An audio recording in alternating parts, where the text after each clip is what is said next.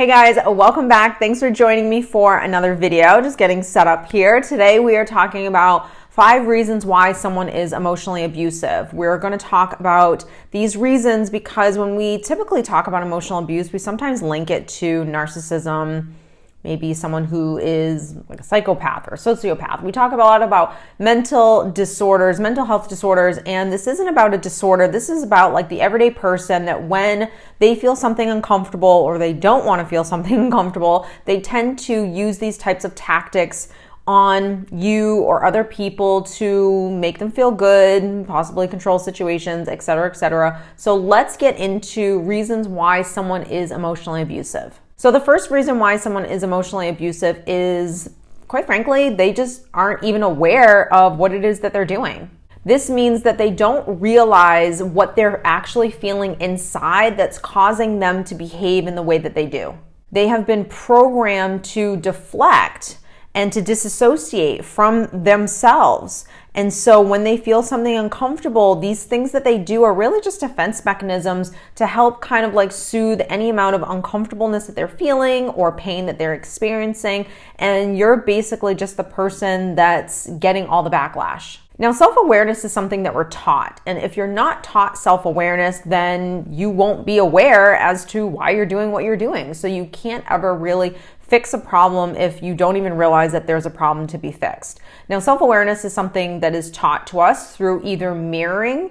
So when you were a child, if you didn't receive parents and people that raised you that were very inquisitive, that wanted to know how you were doing, wanted to know why you feel the way you do, asked you questions so you could start to practice how to be connected to your own self. That way you did have a clear understanding of why you feel the way you feel. Then you didn't have anyone to even mirror that. Now, on top of that, let's say you actually did have some really great mirroring. You had really great parents. They were very inquisitive. They were very curious as to why you feel the way you do. They loved you, yada, yada, yada. If they didn't then teach you how to do all those things for yourself, how to be able to like go within and be inquisitive and ask yourself questions and really teach you kind of like the process of self-parenting as you became a young adult or adult, then again, you might have a great foundation to go off of, but you didn't build what you needed to build in order to become a really healthy and secure adult. So you might basically fall back to like old ways or default ways of trying to make yourself feel better when you felt something uncomfortable. When you felt something uncomfortable when you were a child, there were people there to soothe you. There were people there to validate you and soothe you, hopefully, if you received what you should have gotten growing up.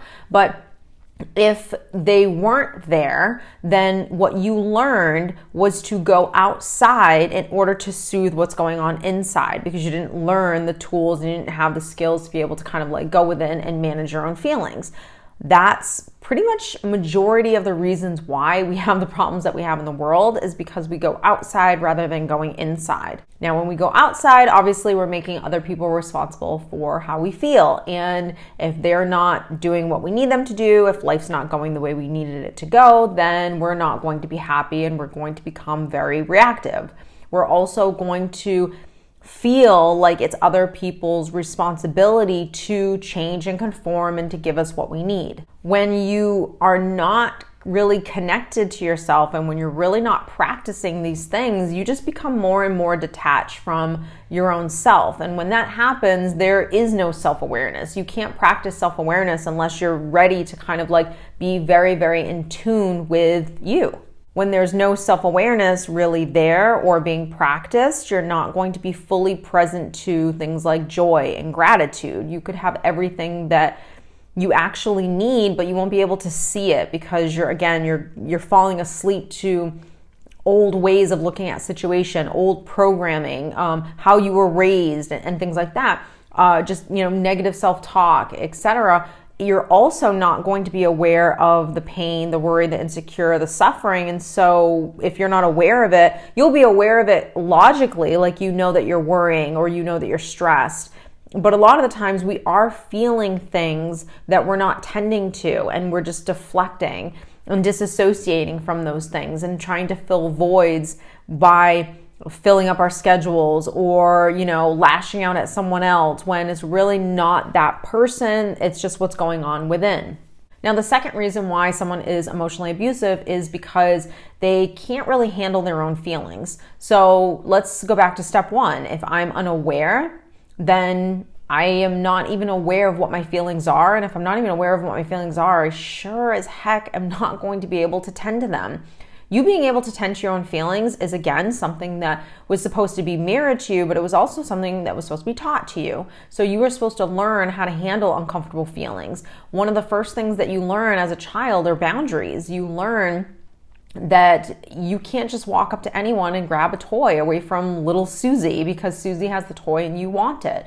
So you learn boundaries. But now as a child, when you look at different stages of a child's life, in the beginning, a 1-year-old, you might soothe by picking up the child and, rocking them when they're sad or uncomfortable because they logically can't understand that it's not acceptable and it is not okay to be able to do that. You also can't scold a child at 1 year old the way you would talk to a 12-year-old because it's a completely different human, right? It's a completely different mindset, a completely different lack of logic versus being too emotional. So it's so important to understand that most people don't know how to manage their own feelings. They're unaware of what their feelings are, number one. They're not curious as to why they're feeling what they're feeling, even if there is that little inkling of self-awareness, like I feel stressed, I feel worried, but there's no curiosity as to why am I feeling this way? And this is really where the story starts to kind of unravel. And if the story does start to unravel, it's probably going to go along the lines of, well, you did this,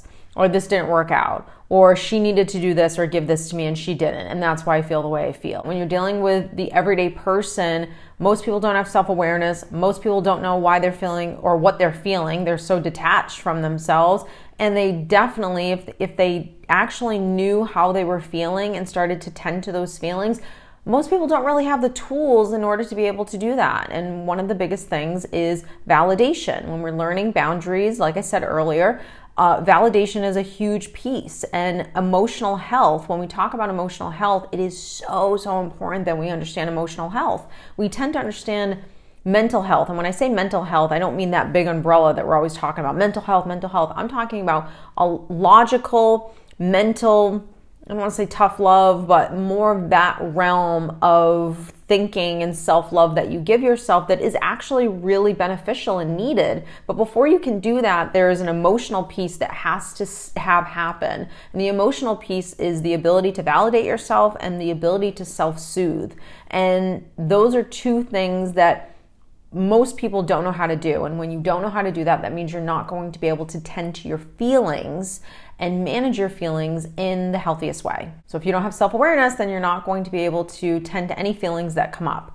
If you make it a point to say, okay, I'm going to start taking responsibility for every feeling that I have when it comes up, when I can acknowledge it, right? You're not going to be able to acknowledge everything that's coming up at every minute of every day. But when you start to really take responsibility for yourself, you do that. You say, I'm ready to fully own it all, regardless of what people do and say to me.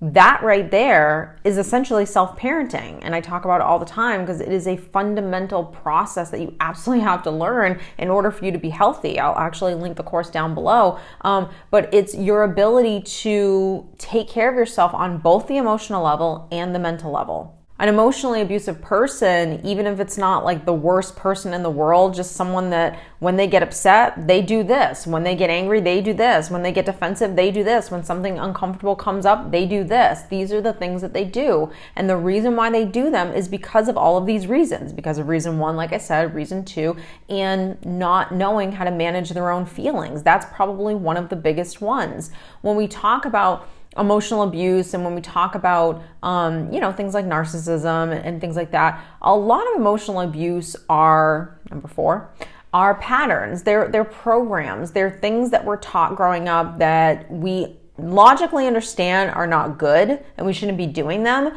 But we go on such default because of that lack of self-awareness, because of that ability to take full responsibility for myself. We start to go on autopilot and we start doing the things that our mom did or our dad did or how we were raised, and we're trying so hard to break those generational curses. And it's very hard when you don't have that level of self-awareness when you don't know what you think and how you feel, and when you're not ready to take responsibility for what you think and how you feel. So in order to do, you can't just go from step 5 to step 1. You got to go from 1, 2, 3. And as you begin to see, as we're going through all these steps, you can see that most people don't do any of this work. And most people struggle with just step 1. And even when I'm coaching clients and we're really starting to practice self-parenting, the biggest thing is practicing step 1 and not rushing too fast in this process, because you're trying to undo years and years of habitual programming and habitual ways of thinking that you've just always done. You're an autopilot at this point. And in the beginning, it's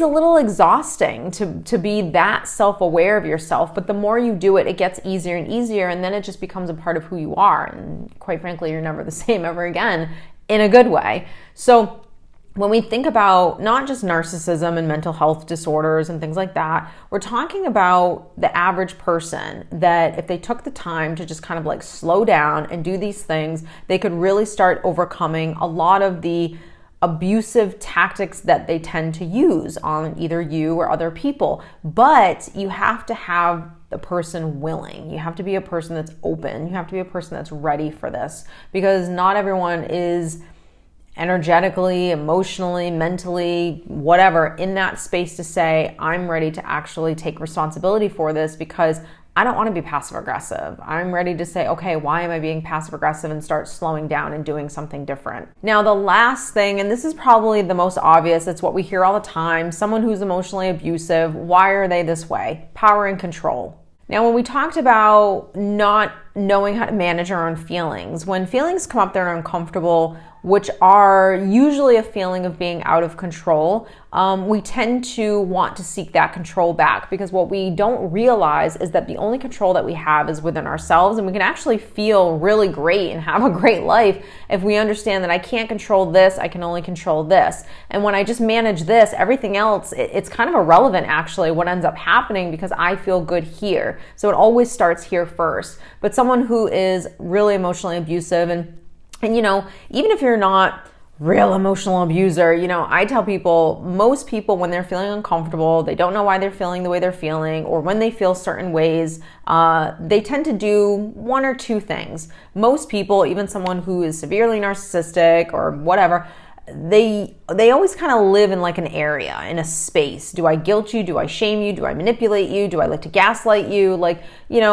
Obviously when you start to get into like mental health disorders, and we're talking about narcissism and things like that, those types of people can kind of bounce from one thing to the next, but they definitely I always say, their drink of choice. Like, they like this one thing and it tends to work really well for them. So let's just say it's manipulation, which is a big one for someone who's narcissistic.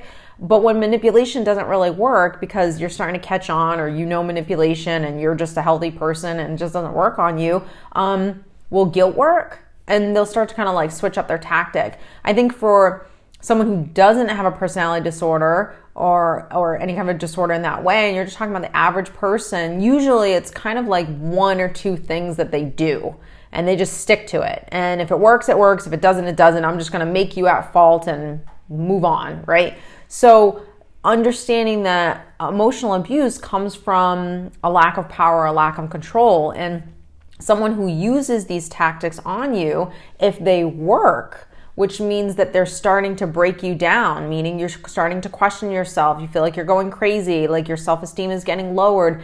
Quite frankly, it is because you are putting that person's views above yourself, meaning you need this person to validate you, to approve of you, to give you love. You need this person to think of you in a certain way. You crave things that honestly you're just not even giving to yourself. So when that happens, a person's able to actually break you down. A person's actually able to manipulate you. They can actually gaslight you. It's very easy to do these things on you.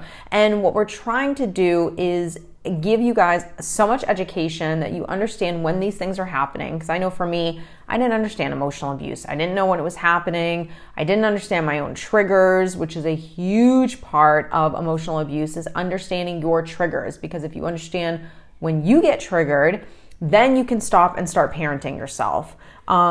is actually literally, it has to be done. It's the only way you're ever going to be able to stop a person from abusing you, because abuse only can really happen when you allow it to affect you. It doesn't mean you're going to be able to change a person and stop them from doing what they're doing, but it doesn't mean that you are going to respond differently to the abuse. So how can I respond differently to the abuse? That way, what you're doing, it doesn't affect me the way that it did before. It's not trying to break me down. And someone who is emotionally abusive really seeks that power and control. So they're either going to use these things to chip away at you to then control you so they can get what they want out of you or the situation, or they're doing it as backlash because they tried to abuse you and maybe it's not working and maybe you're becoming strong and powerful and they don't like that. And so this is now backlash. But either or really starts with you learning about these things. Why are they the way they are?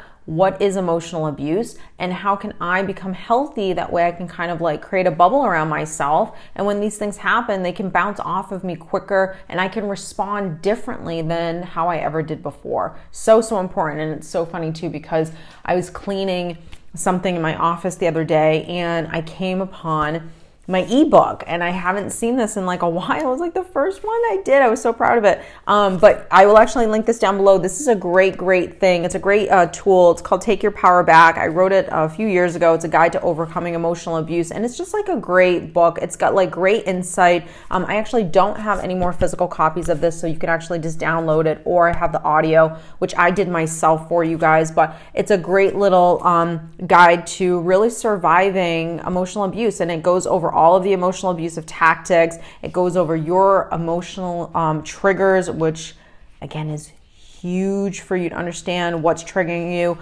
It talks a little bit about self-parenting and your inner dialogue, but it's just a great tool for you guys to have. Again, I will link that down below if you guys are interested. But I hope that this video has helped you understand emotional abuse even better. I hope it really helps you to even understand why this person's doing what they're doing. I think that is really great in itself to hopefully allow you to not be so reactive to this person.